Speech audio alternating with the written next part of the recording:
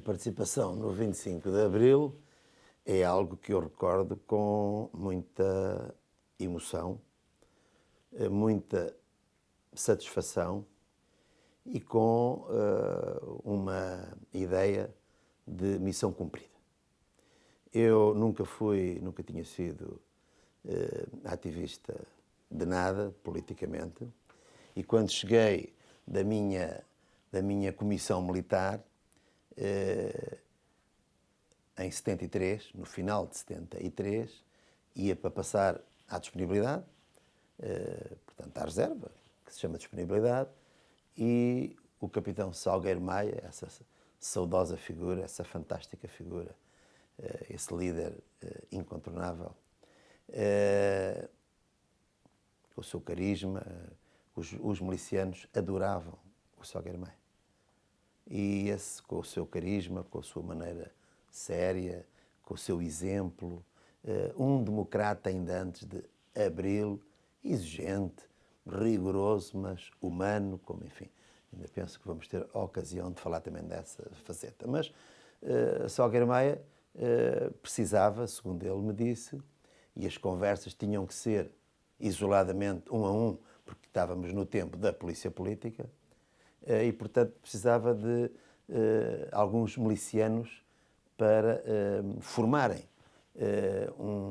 um grupo que pudesse vir a integrar uma operação militar que ele não me precisou qual era, mas que tinha a ver com o estado a que o país estava a chegar.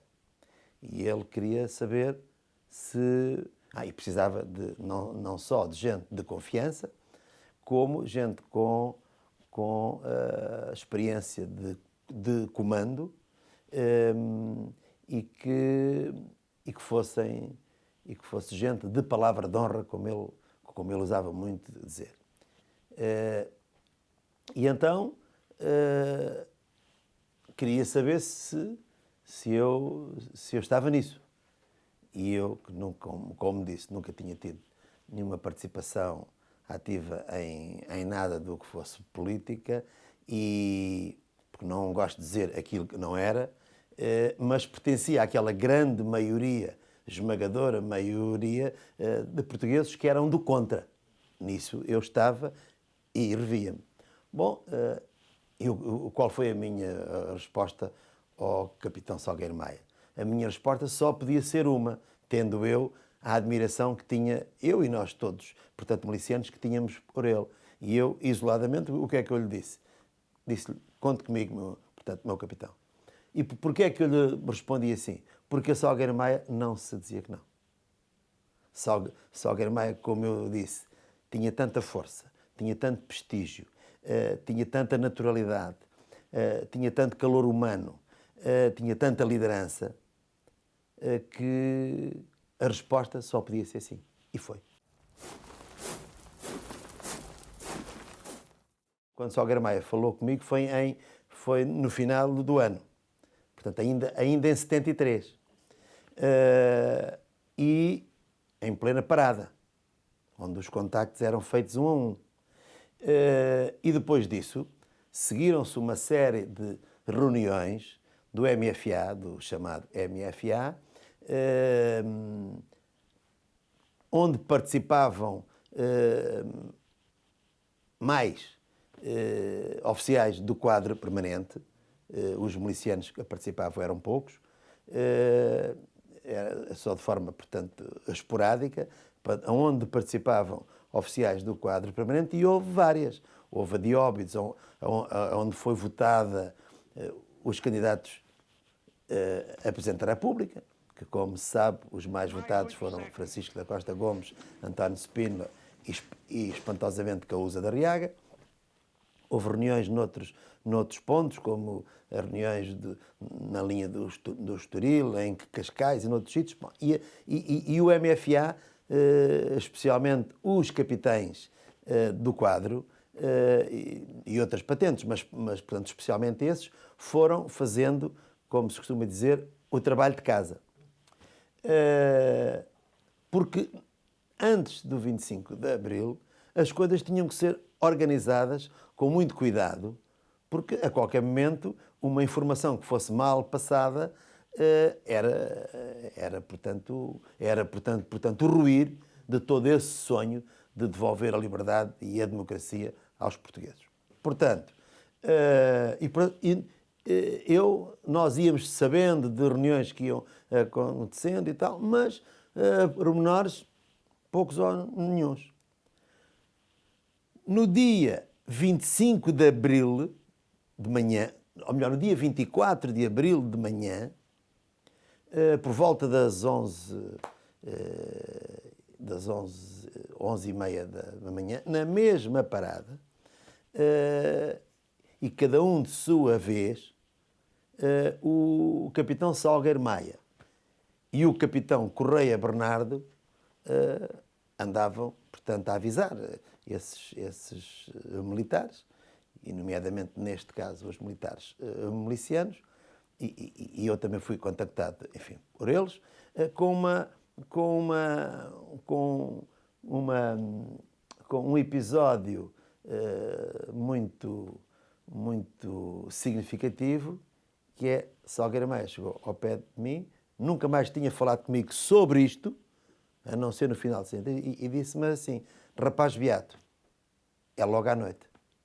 Bom, você calcula o que é que um jovem com 27 anos, que tinha dito que sim, sem qualquer dúvida, a Salgueiro Maia no final de 73, que sabia que as coisas iam andando, enfim, em termos de preparação, mas receber aquela notícia de que é logo à noite, eu costumo dizer que a minha coluna gelou.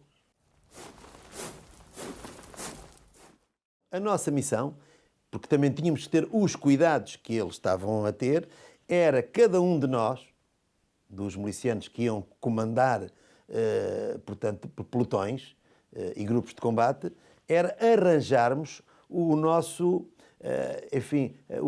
grupo prestrito de sargentos e feriais, que também tínhamos que ir falar. E tínhamos que pensar quem eram aqueles que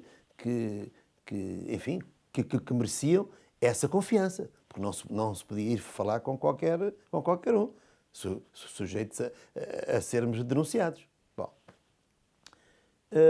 e portanto, esse foi o trabalho, esse pensar nas armas, pensar na logística, pensar na alimentação. Esse foi o trabalho e o frenesim que nos envolveu a todos durante todo o dia. Eu posso lhe dizer e sei que há outros camaradas de armas com quem isso também aconteceu, eu nesse dia já não almocei nem jantei. Porque enfim, era uma grande responsabilidade, era um grande risco e podíamos estar a pôr em causa voluntariamente, porque disso se tratou, a própria vida. Portanto, eu já não almocei nem jantei. E portanto, a minha preocupação foi andar a arranjar a forma de contactar com os militares que iriam comigo e que seriam os comandantes das minhas secções. Eu fui na Operação Fim Regime, eu era o comandante do 6º Pelotão. E, portanto, a minha preocupação foi formar o 6º Pelotão. E outros tiveram também as suas missões durante esse dia 24. Qual era a ideia? A ideia era, como foi também dito por ele, foi que às 23 horas, se tudo estiver a correr bem no país todo, os emissores associados de Lisboa, que era uma rádio, 5 minutos antes das 23, cantará o Paulo de Carvalho a primeira senha, que era o E Depois do Adeus. Isto se tiver tudo, se não houver nenhum problema, se não houver nenhum obstáculo de última hora, assim acontecerá. À meia-noite, cantará o Zeca Afonso e o Grande Vila Morena, que é, digamos, a senha da partida e que a operação vai mesmo ser irreversível.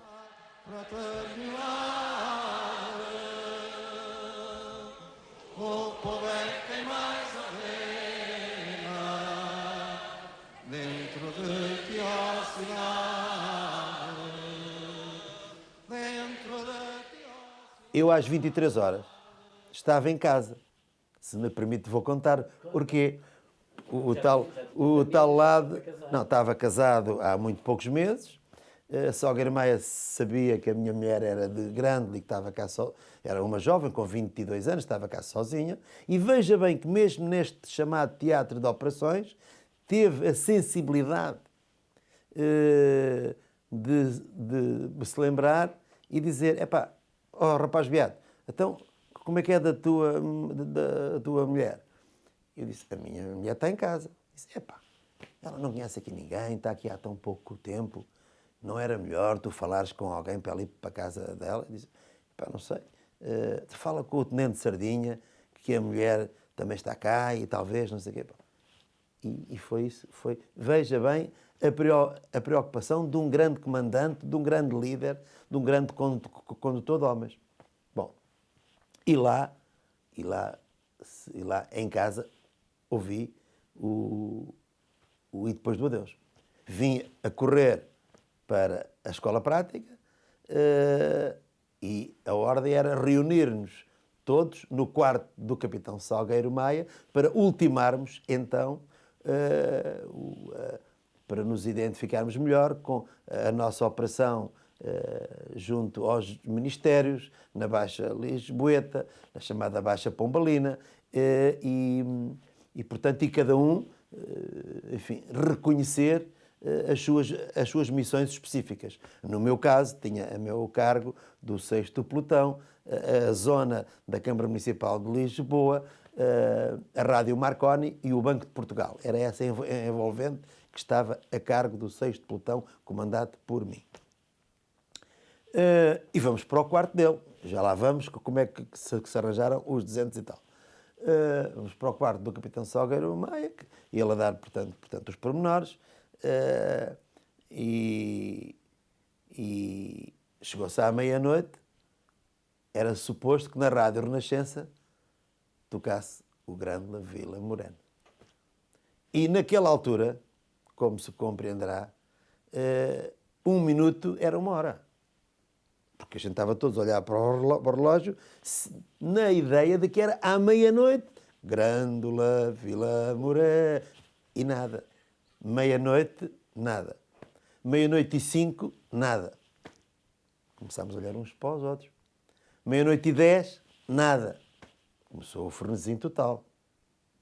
Houve algum problema, já não vai haver operação, se calhar a PIDE já se meteu nisto, se calhar o governo da ditadura, enfim, já está a intervir.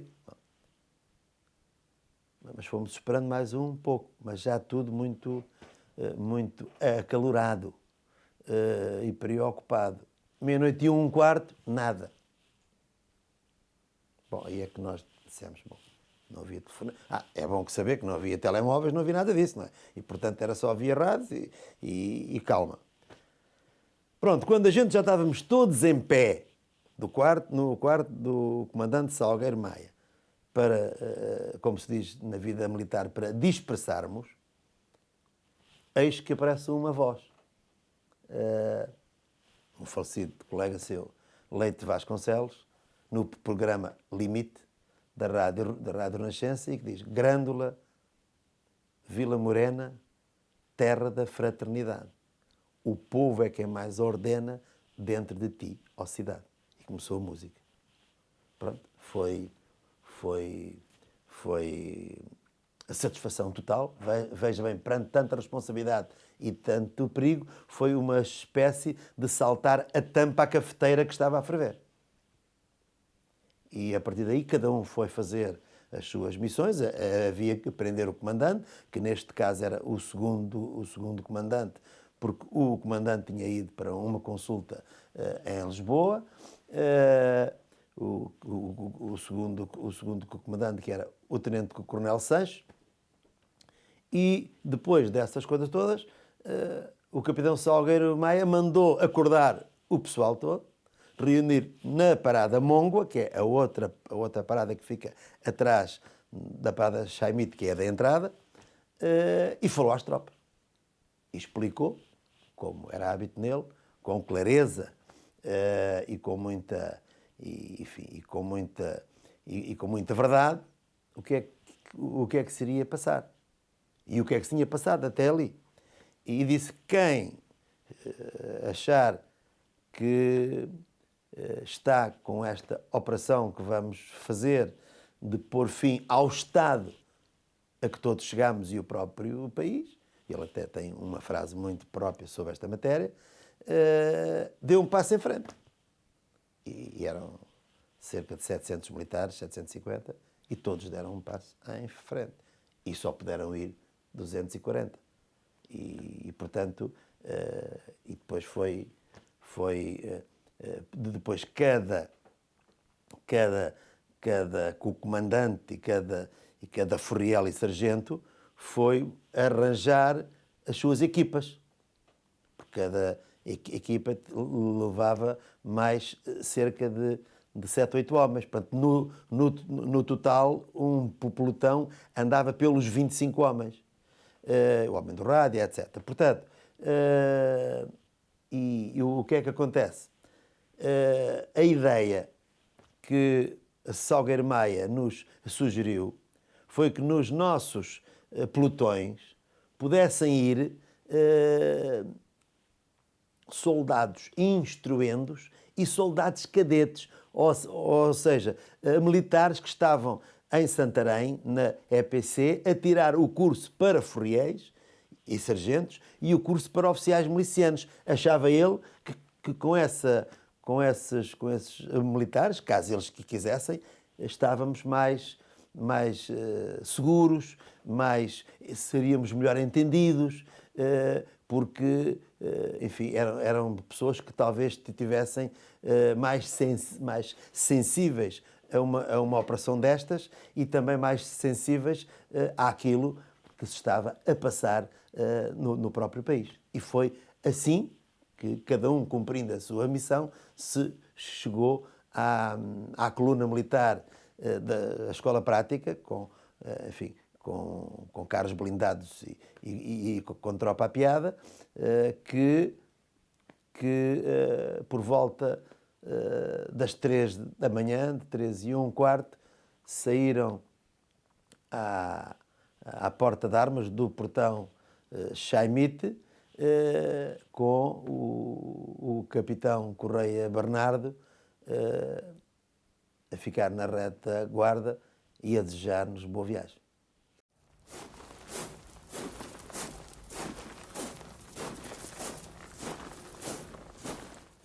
Dos momentos mais difíceis, no meu caso, foi aqueles que eu passei no Unimog, que era a viatura que levava, com o meu grupo de combate em cima, e eu dentro da cabine com o motorista.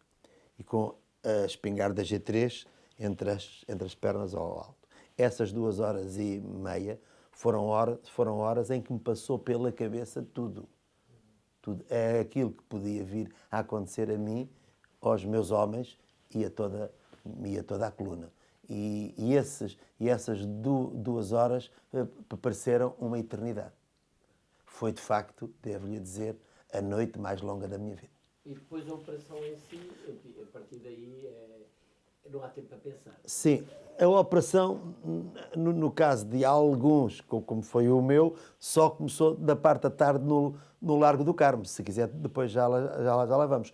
Porque a operação militar do Terreiro do Paço teve mais a ver com aquele episódio dos carros de combate e em que aí está.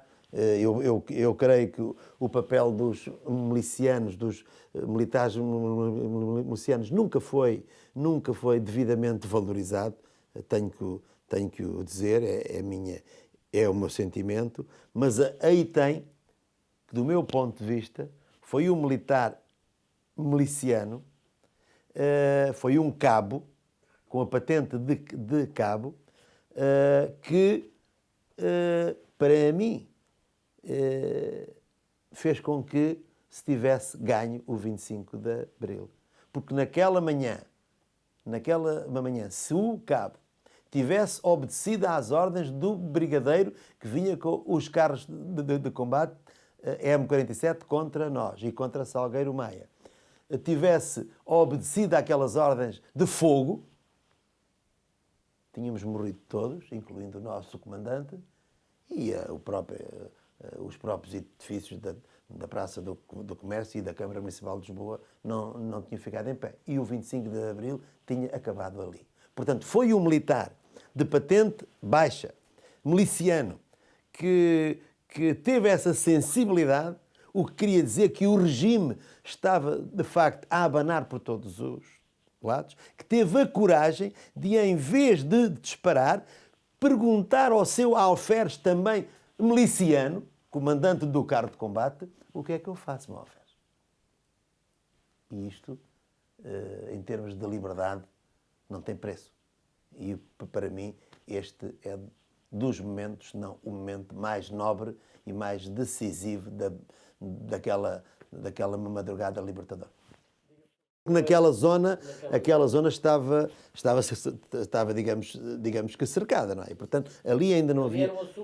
A população que havia era mais ao longe, junto para o largo do Campo das Cebolas, junto para o lado da estação sul-sueste, que era a dos barcos. Portanto, já havia população, mas não havia muita, e muito menos aquela multidão que nos acompanhou desde o Terreiro do Paço até ao Largo do Carmo.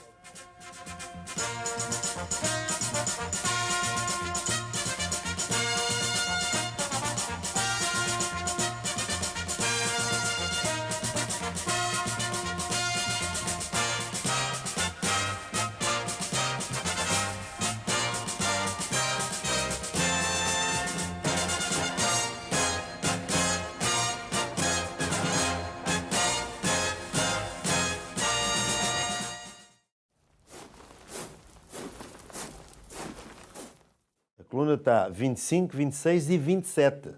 A gente regressou no dia 27 à noite. Por isso é uma noite de operações. Chegámos aqui no dia 27 ao fim do dia. Tínhamos a população de Santarém toda à nossa espera, junto ao sítio onde está agora a Chaimite, Bula e o saudoso Salgueiro Maia. Foi uma recepção comovente e que de facto muito nos sensibilizou, muito nos tocou e que muito fez com que os nossos corações voltassem a abanar.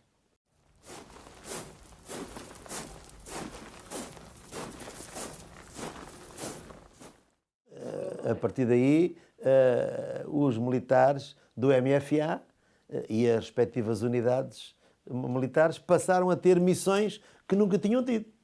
Porque toda a gente se socorria dos militares e das diversas unidades e a esses militares e a esses quartéis eram cometido todos o género de operações. Por exemplo, como deve saber, no processo administrativo e eleitoral, ou melhor, para as eleições autárquicas, foi o MFA, com representantes seus, que andaram pelos diversos concelhos a dialogar com as diversas forças políticas e sensibilidade, no sentido de ver como é que se formavam as comissões administrativas das câmaras municipais. Eu próprio recebi indicações e missões dessas do capitão Correia Bernardo. Estive concretamente nos concelhos de Benavente, Salvaterra de Magos e Cruz. Mas o papel mais difícil, posso lhe dizer que foi em Salvaterra de Magos. E porquê? Porque ali não foi... Porque na maior parte das terras havia uma força política que estava mais dominante e, portanto, a aceitação era mais fácil. Noutros lados era, e portanto, gente mais ligada ao MDP-CDE e a uma frente assim político-partidária mais ligada a esses valores e a esses princípios. No caso de Salvaterra de Magos, havia também, além de gente ligada à CDE, havia também gente ligada à CEUDE, que era uma outra sensibilidade. E depois também havia gente com outras sensibilidades, mais à direita, e, portanto, posso-lhe apenas dizer que as missões que me foram cometidas sobre essa matéria, as desempenhei com êxito. Havia gente que queria ser e que o povo não aceitava. Pois isso foi um debate. Quer dizer, chegaram a vir fazer queixa de mim à Escola Prática de Cavalaria, porque eu não aceitava o A e o B e o C. Ora, se eu estava num processo de mediação, eu tinha que ouvir, enfim, aquilo que se chamava os homens bons, enfim, da terra, e o que o MFA, portanto, queria era, de alguma forma, conseguir arranjar um compromisso que pudesse fazer com que, até às eleições autárquicas, houvesse comissões administrativas, como foi também o caso aqui, portanto, em Santarém, que pudessem assegurar o poder local democrático. Os militares que ficaram em Santarém sob o comando do Major Costa Ferreira, que ficou a comandar, portanto, a EPC, e o Capitão Correia Bernardo e o Capitão Garcia Correia, que foram, digamos que chamadas assim, o trio de comando da retaguarda, encarregaram-se dessa missão.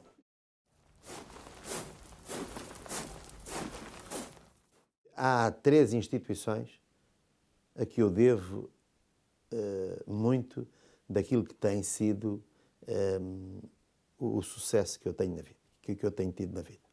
Sucesso, portanto, profissional. Posso ser também um pouco de político, mas que queria mais estar a sublinhar o outro, que é a instituição militar. Eu devo muito à instituição militar. Aprendi muito com os militares, nem sempre bem amados, mas na Escola Prática de Cavalaria era uma escola, de facto, a vários títulos. Com a Igreja, eu, além de beato, não sou beato, mas sou um homem, mas sou um crente, e a Igreja e os seus princípios e valores têm-me iluminado muito. E a família. A minha família, os meus pais, especialmente o meu pai, infelizmente já partido, infelizmente, portanto, já falecido, me marcaram muito. Estas 3 instituições marcaram muito toda a minha carreira e todo o meu percurso de vida. E eu tive o privilégio, aqui na Escola Prática de Cavalaria, de ter sido adjunto de Salgueiro Maia. Isso é um privilégio que se tem uma vez na vida. Eu fui adjunto dele no esquadrão de instrução. E guardo de Salgueiro Maia aquilo que se pode guardar de melhor de um comandante, de um militar, de um cidadão e de um líder carismático. Salgueiro Maia era um verdadeiro homem de palavra de honra. Era um homem que, como já disse, em que os milicianos se reviam nos seus princípios, nos seus valores e na sua conduta. Salgueiro Maia era um homem que veio para servir e não para se servir. E eu tive esse privilégio. Aprendi muito com ele. Ele foi uma pessoa a quem eu devo muito, quer em termos militares, quer em termos de vida, quer em termos até pessoais. Porque eu tive um grave acidente de viação na reta de Alcácer do Sal, no Natal de 77, e eu, a minha mulher e a minha filha Joana, íamos morrendo os três. Eu adormeci, portanto, ao volante nessa madrugada, quando íamos passar o Natal, e tive cerca de 8 meses internado no Centro Ortopédico de Otão. E Salgueiro Maia foi-me visitar e levou-me um livro da resistência à libertação, com uma dedicatória que ainda hoje guardo no meu coração. Mas, como eu fiquei sem carro, fiquei sem nada, ficámos todos partidos, Salgueiro Maia, quando eu saí do hospital, veio ter comigo e disse-me: rapaz beato, tens aqui 100 contos para repores a tua vida. Depois, quando puderes, dás-me. Isto é uma coisa que me faz, a mim e à minha família, que nos faz não só ter o respeito que temos e que tenho pela sua memória, mas que isto de facto é uma coisa invulgar. E eu nem sempre era uma pessoa fácil, nem sempre fui e ainda hoje não sou. Mas aquele homem teve ainda mais uma pequena atitude, que foi esta, pequena, grande. Quando eu lhe fui devolver o dinheiro, passado uns meses, ele me disse: não, vê lá se não precisas de mais nada ainda, que eu não estou, portanto, a precisar.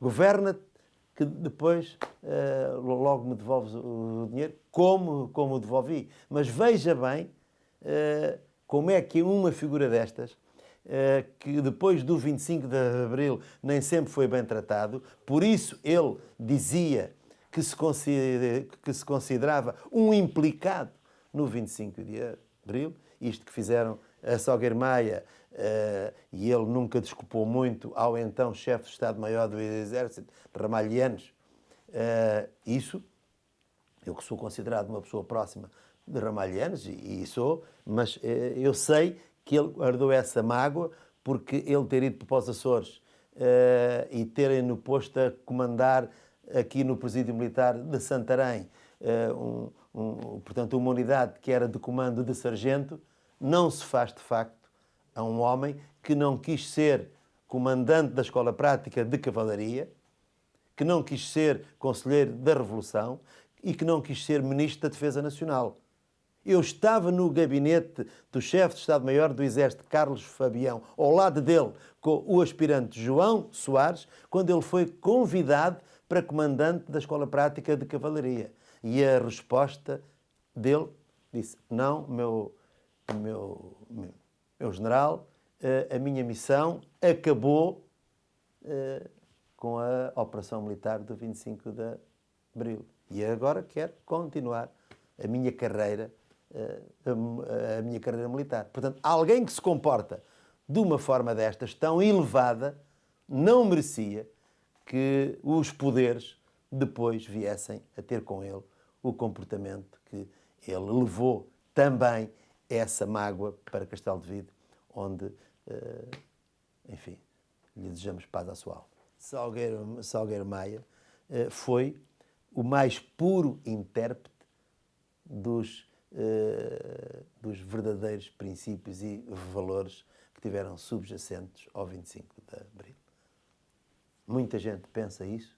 Eu inscrevo-me nessas pessoas e integro-me que, de facto, o ideal do 25, o mais puro ideal do 25 de Abril teve no protagonismo de Salgueiro Maia a sua expressão mais límpida, mais transparente e mais alta.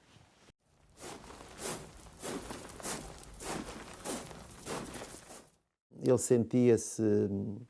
sentia que muitas vezes desabafava isto que é, não foi para isto que eu fiz o 25 de Abril. Era uma frase que ele de vez em quando dizia e em que todos nós nos revíamos.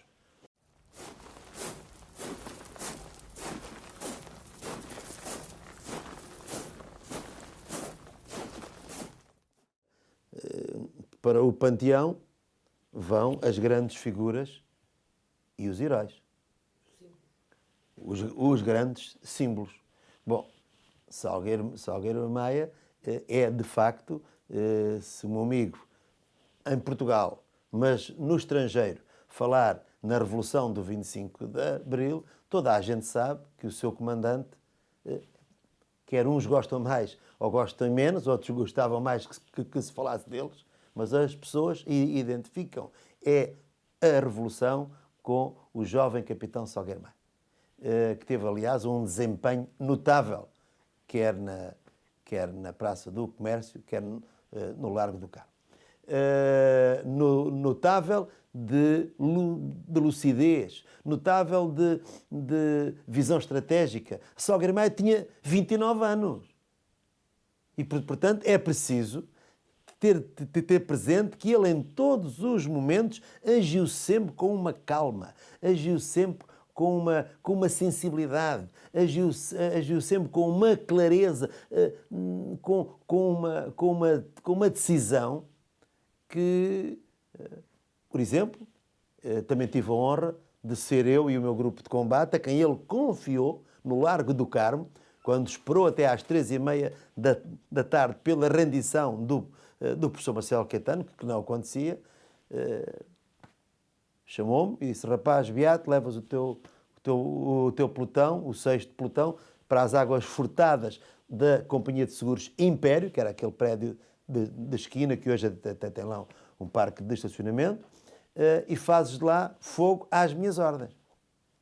Daquelas marcas que tiveram durante muitos anos na fachada do convento do Carmo e que infelizmente foram apagadas, porque ao apagar-se aquelas marcas também se teve a apagar um pouco da história do 25 de Abril, Salgueiro Maia teve sempre, esperou, teve paciência, enfim, teve uma postura que para um comandante com 29 anos é preciso ser, de facto, alguém dotado de valores acima da média, como ele demonstrou em todos aqueles dias. E, portanto, o Salgueiro Maia é, de facto, ainda hoje uma figura da liberdade, da democracia e do 25 de Abril. E para mim é a figura maior. Para mim é a figura maior. Com o devido respeito por todos. Mas é a figura maior. E, naturalmente, que eu, desde a primeira hora, apoiei a ideia também dessa grande figura da poesia, da cultura e da resistência, que é Manel Alegre.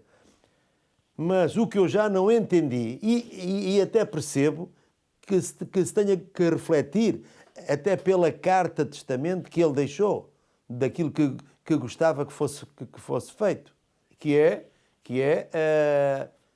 se refletisse, pronto, portanto, que da reflexão nasce a luz, mas que o grupo parlamentar do governo, não é? o grupo parlamentar do partido do governo, através do seu líder da bancada, se tivesse apressado a dizer, quando se falou no nome de Salgueiro Maia, calma, temos que pensar, eu também acho que temos que pensar. Mas porquê é que há de separar logo a Salgueiro Maia? Isso é algo que eu penso que pode e deve ser abordado de uma outra forma, estou de acordo, quanto mais consensual possível, e que a família de Salgueiro Maia deve ter uma palavra a dizer nisso tudo, nomeadamente a doutora Ana Tércia Salgueiro Maia, a quem eu também tenho uma dívida de gratidão com ela, pelo apoio que ela me deu em Grândola, Vila Morena, a quando da minha eleição para Presidente da Câmara. Ela deslocou-se lá, deu-me essa honra, deu-me essa força, deu-me esse privilégio, e eu também quero aqui deixar do fundo do meu coração e do povo de Grândola, Vila Morena, esse meu muito obrigado.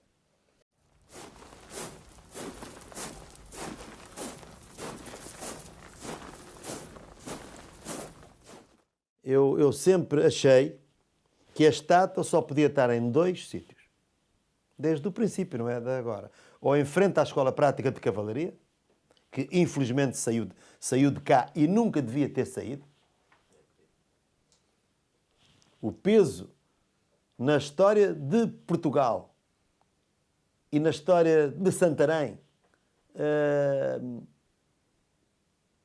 merecia que o quartel de onde saiu um punhado de militares, que teve uma ação decisiva na Revolução do 25 de Abril, devia ter feito que quem tomou e quem aceitou essa decisão tivesse ponderado ou partilhado com a comunidade. Porque 40 anos depois nós temos que ter, não só somos mais responsáveis, estamos mais evoluídos, como temos que dar mais satisfações àqueles que são os verdadeiros detentores do poder, que é o povo. E, portanto, não pode... O tempo dos iluminados, felizmente, que já lá vai. Portanto, eu sempre achei que 2 sítios com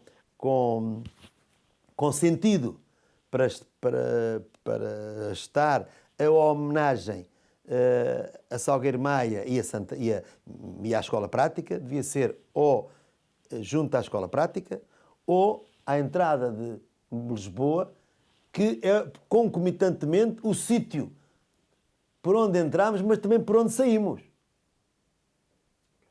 E o que eu também sempre achei, se me permite, é que todo aquele arranjo à volta e todo aquele enquadramento não foi feito com a dignidade nem do momento, nem da história, nem do homem. Portanto, naquele sítio até pode e deve estar e continuar, mas nunca foi dada o enquadramento urbanístico não só ao homem, à Escola Prática e esse momento da história que, tal como com Dom Afonso Henriques, também libertou Portugal.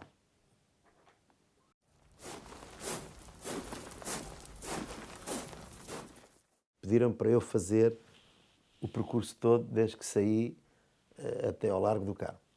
E estive cá. E fui lá e vi aquilo tudo cheio de viaturas civis lá dentro,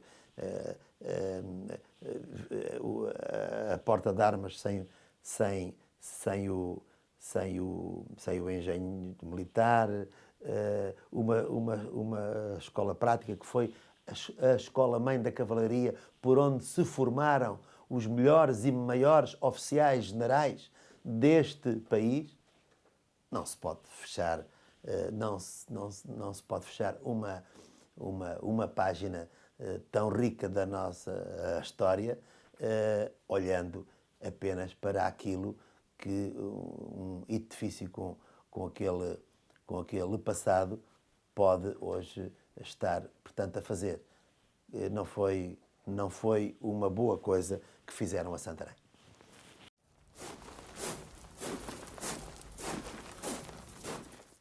Eu era, e ainda hoje sou, mas eu era admirador da política elevada e com ética do Presidente Ramalho Eanes. O Presidente Ramalho Eanes, acho que ainda hoje, continua a dar lições a Portugal. Ele que não gosta de dar lições, mas continua a ser um exemplo de vida, um exemplo de princípios e de de valores. E eu sempre fui seu admirador e tive até o privilégio de ter sido chefe de gabinete dele no PRD.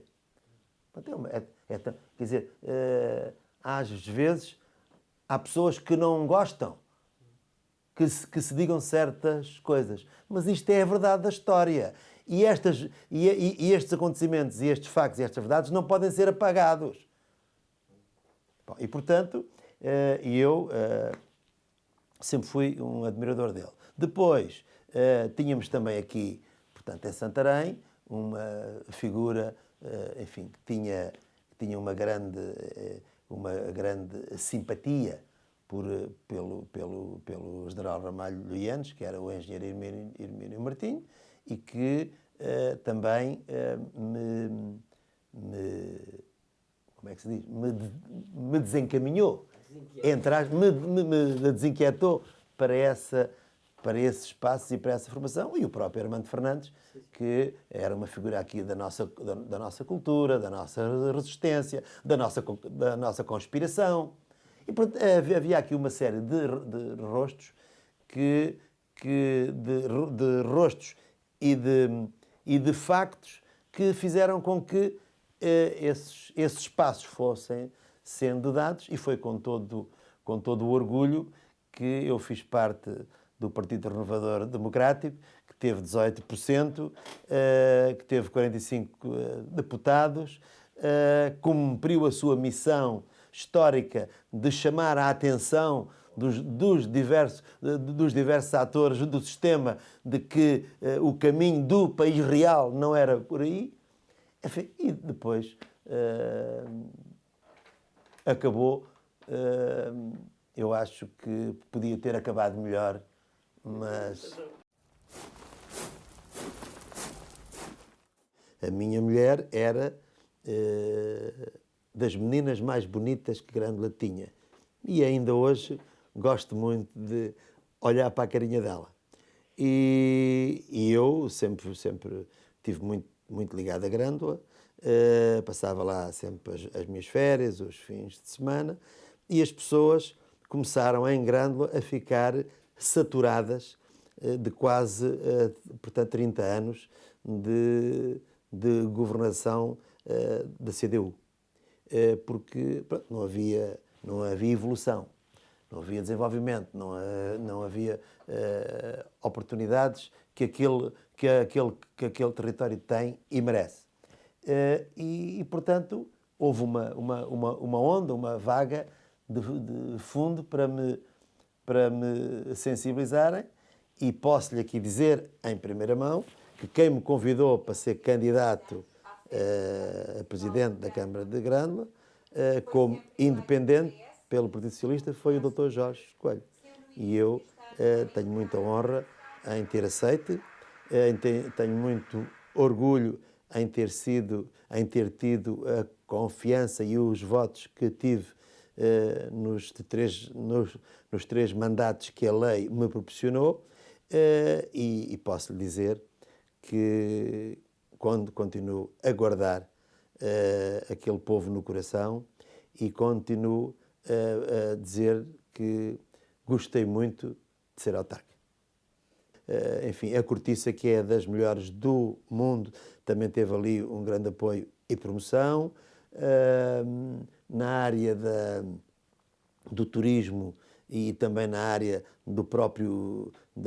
da área vitivinícola, hoje Grândola, com o seu microclima, também já começa, Grândola e a região, também já começam, digamos, a dar cartas, se me permite o termo, sobre essa matéria. Temos na Costa Alentejana, a que eu residi durante estes anos todos e a cuja região de turismo também liderei, temos dos melhores resorts, eu diria, do mundo. O resort de Troia não nos envergonha em parte nenhuma. Vamos agora ter o hotel do grupo Aman, e vamos também ter muito proximamente o Four Seasons. Portanto, estamos a falar de um território de excelência, onde os investimentos de topo de gama, temos o grupo Pestana, temos o Grupo Amorim Turismo, quer dizer, temos do melhor que há em Portugal. Temos o Grupo Psapec e as Minas do Lousal, que são, enfim, um centro acrescentador de saber, ciência e de recuperação de uma população que ficou deprimida quando as minas fecharam em 1988. E temos também o cozido do Canal Caveira e o 25 de Abril, que continuam a ser pedras de toque na promoção do nosso território e dessas gentes. Tive o privilégio de ter também sido eleito presidente do Conselho da Região Alentejo. São 47, mais as universidades, mais as UGTs, mais a CGTP, mais o mundo do patronato empresarial, enfim, outras instituições da ordem dos ambientalistas e da sociedade civil. Portanto, eu fui até hoje o único presidente que foi eleito por unanimidade para presidente da região Alentejo.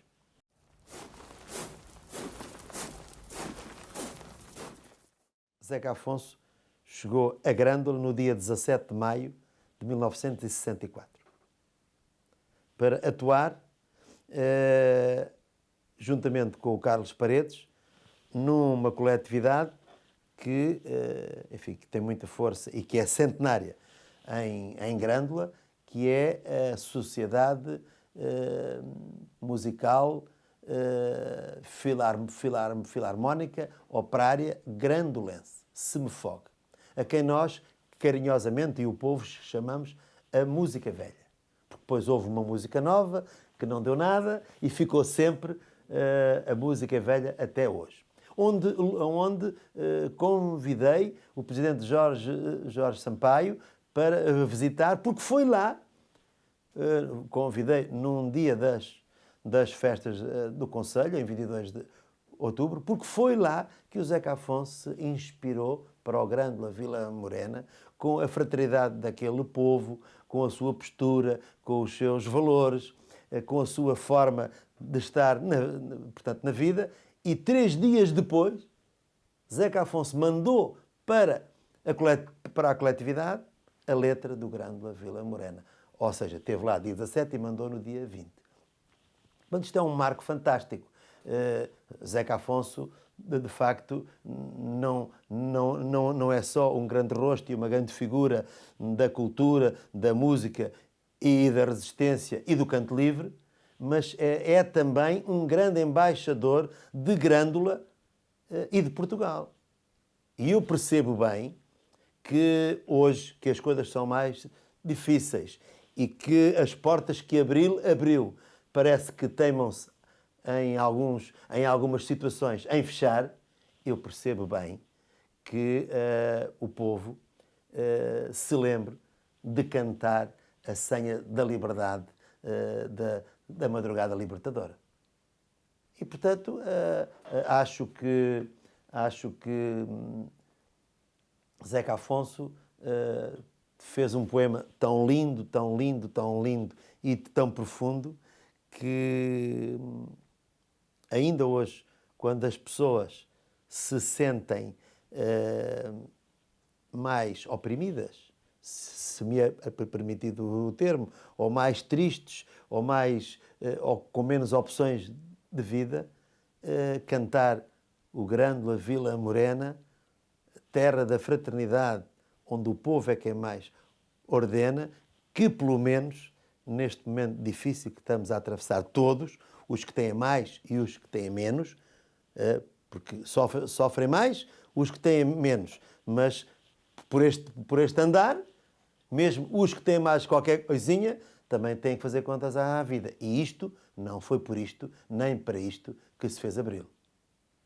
Eu gostava que relatasse o episódio do Melro, porque Salgueiro Maia, porque Zeca Afonso não gostava da tropa, Salgueiro Maia gostava muito dele e pediu-me um dia: rapaz, Beato, tu não consegues que o Salgueiro Maia, que o Zeca Afonso venha aqui cantar à nossa messe de oficiais? E eu disse, como era o meu hábito, vou tentar, meu capitão. e fiz os meus contactos, consegui. Foi uma noite lindíssima, lindíssima, com Zeca Afonso na unidade que teve o papel que teve no 25 de Abril, a cantar na Escola Prática, e nessa noite, antes dessa sessão ali entre nós só, levei o Zeca Afonso a comer uns grelhadozinhos à tasquinha do Melro.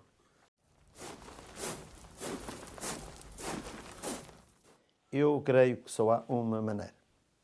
Nós estamos em democracia e acho que em democracia as soluções têm que sair da própria democracia. Não sou partidário, como ouço às vezes, há alguns dizerem que tem que se fazer outro 25 de Abril. Eu acho que ainda não chegou esse momento e espero que nunca venha a chegar. Agora, é preciso que cada um de nós exerça cada vez mais e cada vez melhor a cidadania. A chave está no exercício pleno e devotado aos nossos direitos e aos nossos deveres. E quanto mais cidadão e cidadã formos cada um de nós, mais nós estamos despertos e alerta para sermos donos do nosso próprio destino. E para isso, é preciso nós não fingirmos que não está a acontecer nada, que isto não é nada connosco e que há de vir alguém, sabe-se lá de onde, que vem pôr as coisas no lugar. Não vai ser assim, nunca foi assim e não vai ser assim.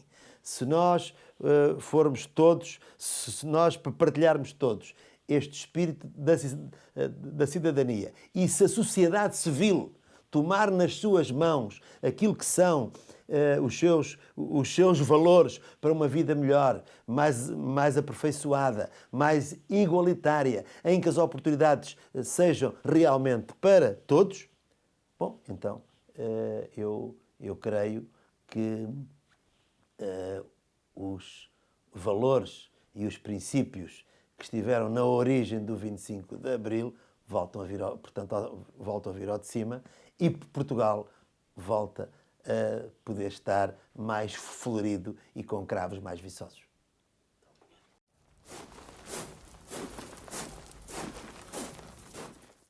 Eu sou associado do Monte Pio há cerca de 30 anos e fiz-me associado do Monte Pio em Santarém, no balcão do Padre Chiquito. Mas além de eu ser associado, é a minha mulher, são os meus 2 filhos e os meus 2 netos. Até a minha Margarida, minha neta Margarida, que tem 2 anos, também já é associada. Portanto, isto é uma cultura de cidadania, de solidariedade e de mutualismo. Portanto, e dizer uma coisa, que quer dizer a si e para que todos saibam, e devo muito ao Monte Pio. E o Monte Pio, não só de Santarém, como o Monte Pio geral, ajudou muito a minha vida e a dos meus filhos dentro daquilo que são os benefícios e que são as oportunidades que põe ao serviço de associados e clientes. O que eu nunca pensei foi um dia vir a pertencer ao Conselho de Administração do Monte Pio. E isso honra-me muito. E isso responsabiliza-me muito. E isso também, de alguma forma, costuma-se dizer que quando se é modesto demais, também se é vaidoso, é porque eu, se calhar, ao longo da minha vida pública e privada, tenho tido algum valor.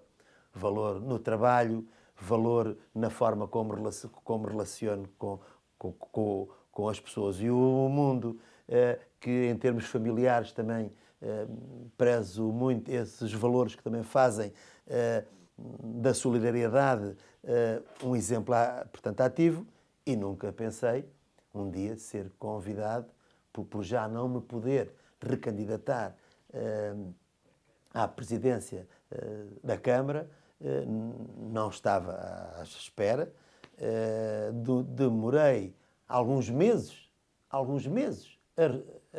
portanto, a dizer que sim, porque eu... Pensava que o convite era irrecusável. Não, porque eu gostava muito de ser autarca e tinha muitos convites para me recandidatar noutros sítios.